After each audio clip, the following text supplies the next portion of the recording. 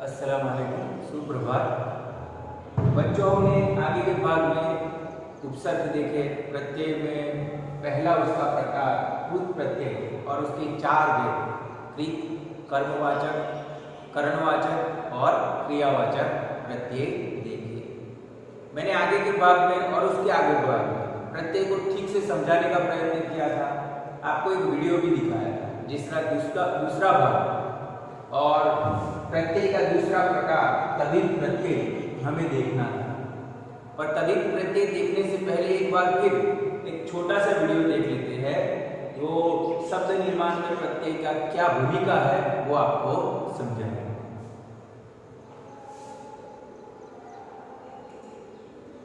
बच्चों, उपसर्ग तो आप अच्छी तरह समझ चुके होंगे। आज हम प्रत्यय का अध्ययन करते हैं। बच्चों, प्रत्यय उपसर्ग की ही भांति कार्य करता है। इसमें अंतर केवल इतना होता है कि ये शब्द के आगे ना जोड़कर शब्द के पीछे जोड़ा जाता है। इस प्रकार जो शब्दांश किसी शब्द के अंत में जुड़कर उनके अर्थ में परिवर्तन ला देते हैं वे प्रत्यय कहलाते हैं। अब इसे हम उदाहरण की सहायता से समझते हैं। हमने दो शब्द लिए, चंचल और चंचलता। बच्चों, क्या आपको इन दोनों शब्दों में कोई अंतर नजर आ रहा है? नहीं ना? अरे नहीं, अंतर है।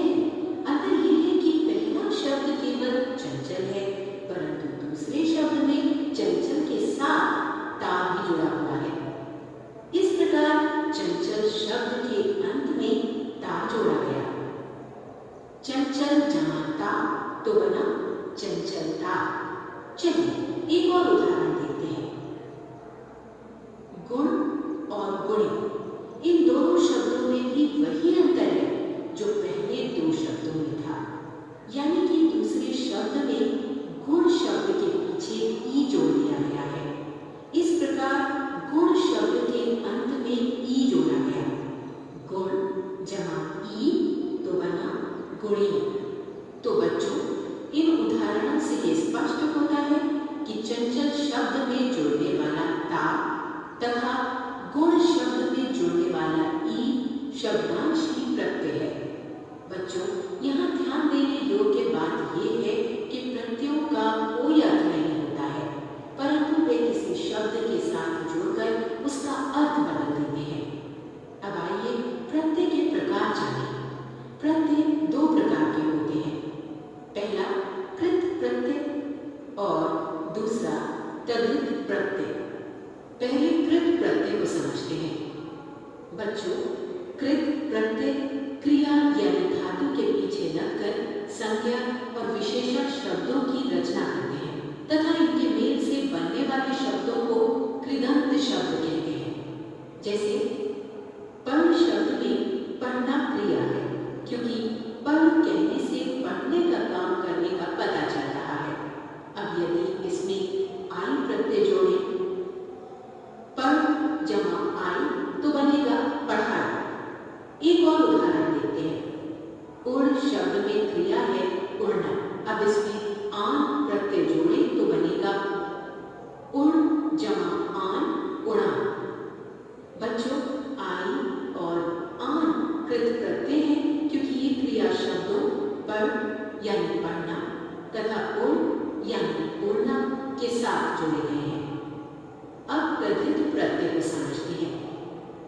तद्धित प्रत्यय बच्चों वे प्रत्यय जो संज्ञा, सर्वनाम, विशेषण आदि शब्दों के पीछे लगकर नए शब्दों की रचना करते हैं, तद्धित प्रत्यय कहलाते हैं। जैसे लड़का एक संज्ञा शब्द है, इसमें पन प्रत्यय जोड़ा तो बना लड़का जमा पन लड़कपन। लघु शब्द विशेषण है, इसमें ता प्रत्यय जोड़े तो बनेगा लघु जमा ता लघुता। बच्चों, लड़कपन तथा लघुता शब्द में जुड़ने वाले प्रत्यय पन और ता ही तद्धित प्रत्यय है, क्योंकि ये संज्ञा और विशेषण शब्दों के साथ जोड़े गए हैं। अब आप प्रत्यय समझ चुके हैं ना? बहुत अच्छा।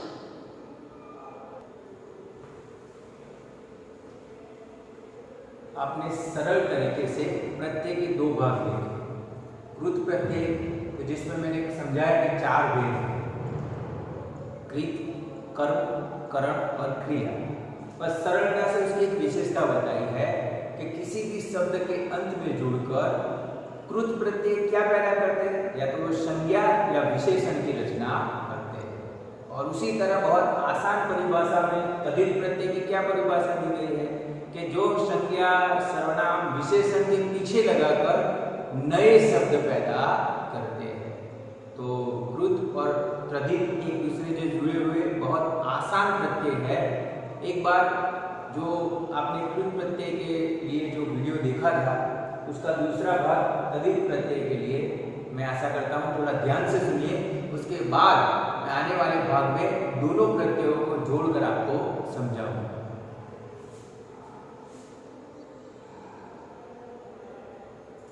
आज हम प्रत्यय में दूसरा भाग तद्धित प्रत्यय के बारे में जानेंगे।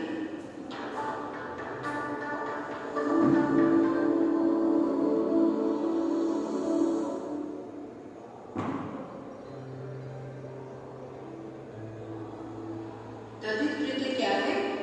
जो प्रत्यय संज्ञा, सर्वनाम अथवा विशेषण के अंत में लगकर नए शब्द बनाते हैं, वही तद्धित प्रत्यय कहलाते हैं। इनके योग से बने शब्दों को तद्धितांत अथवा तद्धित शब्द कहते हैं। जैसे अपना जमा पर, अपनापन, दानव जमा दा, दानवता आदि। कृत्रिवाचक तद्धित, जिससे किसी कार्य के करने वाले का बोध हो, वह कृत्रिवाचक तद्धित शब्द होते हैं। जैसे सुनार, कहार आदि। आइए कुछ प्रत्यय और शब्द रूप में परिवर्तन देखें। क प्रत्यय लगने से पाठक, लेखक, लिपिक। और आर प्रत्यय लगने से सुनार, लोहार, कहार। कार प्रत्यय लगने से पत्रकार, कलाकार, चित्रकार। और इया प्रत्यय लगने से सुविधा, दुखिया, आढ़तिया। और एरा प्रत्यय लगने से सपेरा, ठठेरा, चितेरा। आ प्रत्यय लगने से मछुआ, गेरुआ, ठलुआ। वाला प्रत्यय लगने से टोपी वाला, घर वाला, गाड़ी वाला। और दार प्रत्यय लगने से ईमानदार, दुकानदार, कर्जदार। हारा प्रत्यय लगने से लक्कड़हारा, बनिहारा, मनिहारा। और ची प्रत्यय लगने से मशालची, खजांची, मोची। गर प्रत्यय लगने से कारीगर, बाजीगर और जादूगर। भाववाचक तद्धित, जिससे भाव व्यक्त हो, जैसे सराफा, बुढ़ापा, संगत, प्रभुता आदि। आइए कुछ और प्रत्यय देखें कैसे शब्द में परिवर्तन लाते हैं। पन प्रत्यय लगने से बचपन, लड़कपन, बालपन। आ प्रत्यय लगने से बुलावा, सराफा।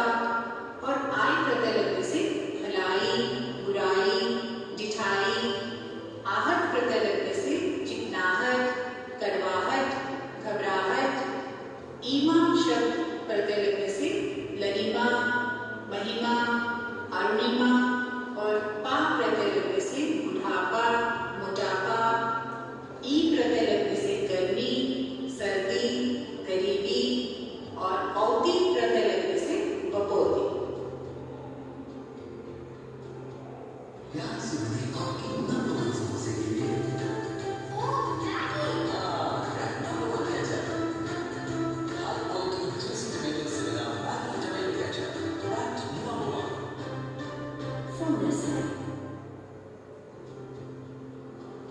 संबंधवाचक तद्धित, जिससे संबंध का बोध हो, जैसे ससुराल, भतीजा, चचेरा आदि।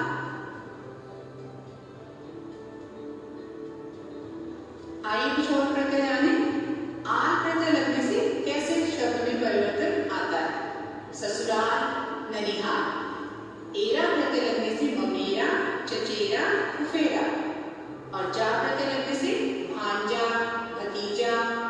इक प्रत्यय लगने से नैतिक, धार्मिक और आर्थिक। ऊनता मैंने लघुता, वाचक तद्धित, जिससे लघुता का बोध, जैसे लुटिया।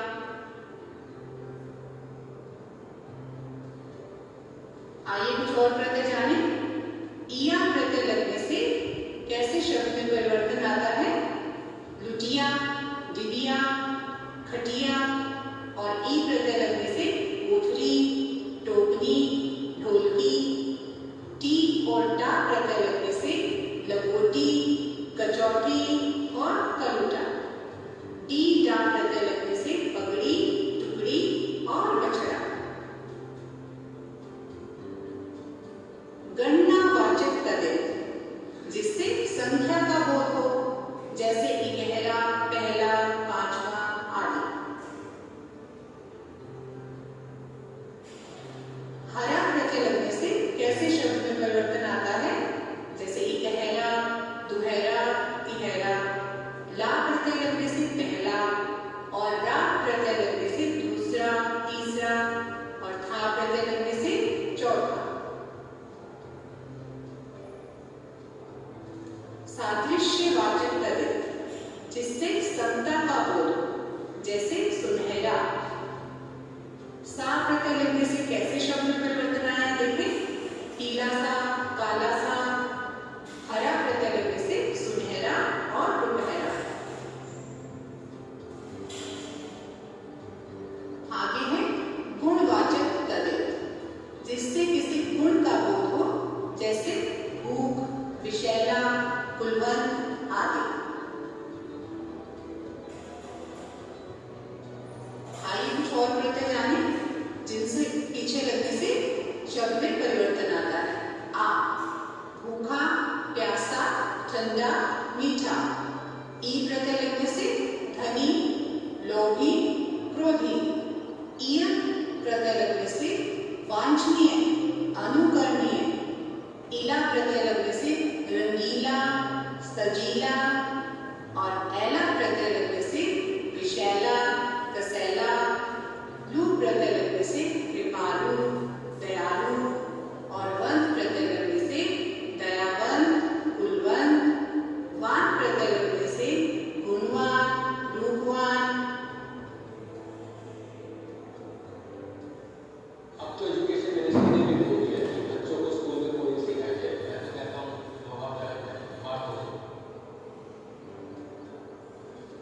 स्थानवाचक तद्धित, जिससे स्थान का बोध हो, जैसे पंजाबी, जबलपुरिया, दिल्ली वाला आदि।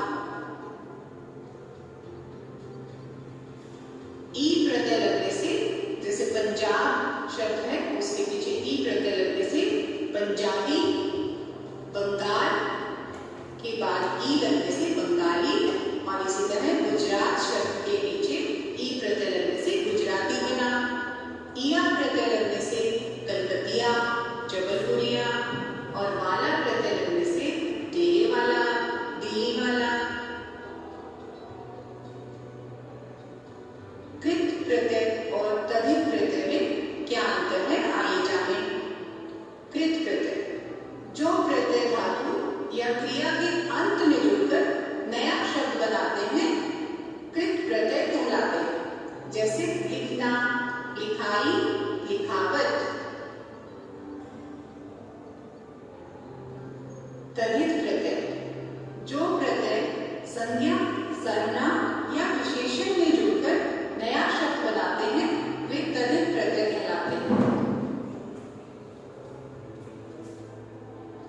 जैसे लिखना, लिखाई, लिखावट।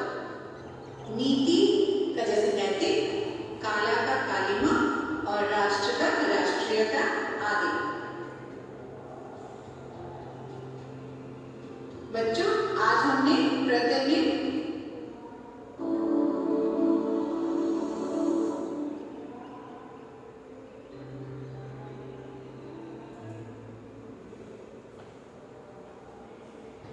आप सबने आगे के भाग और इस भाग में कृत प्रत्यय और तद्धित प्रत्यय का वीडियो देखा। इसमें बहुत आसान सी परिभाषा आपको समझा दी गई है कि कृत प्रत्यय मतलब वो प्रत्यय जो किसी शब्द के पीछे लगकर कर्ता, कर्म, करण या क्रिया का बोध कराए। तो जहाँ इन तीन में मतलब कि जिन शब्दों, जिन प्रत्ययों के द्वारा हमें संज्ञा, विशेषण या क्रिया शब्द मिलते हैं उसे कहते हैं कृत प्रत्यय। कृत और तद्धित का भेद भी इस वीडियो में दिखाया गया है। तद्धित प्रत्यय की परिभाषा क्या है कि जो प्रत्यय संज्ञा, सर्वनाम अथवा विशेषण के अंत में लगकर नए शब्द बनाते हैं उसे तद्धित प्रत्यय कहते हैं। तो कि जो कृत प्रत्यय कौन सा है? जो संज्ञा, विशेषण का भाव दिखाते हैं। उसके अंदर कर्म आ गया, करण आ गया, कृत आ गया, क्रियावाचक आ गया और कर्तावाचक आ गया। तो ये अंतर है।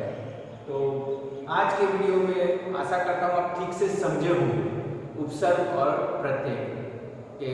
सामान्य तौर पर आप इतना तो समझ गए कि शब्द के आगे लगकर जो अर्थ बदल दे या उस शब्द में विशेषता लाए वो उपसर्ग, और शब्द के अंत में पीछे लगकर उसमें विशेषता या उसमें भी बदलाव लाए उसे प्रत्यय कहते हैं। उपसर्ग के कितने भेद हैं? 3, तत्सम, तद्भव और आगम। प्रत्यय के कितने भेद हैं? 2, कृत प्रत्यय और तद्धित प्रत्यय।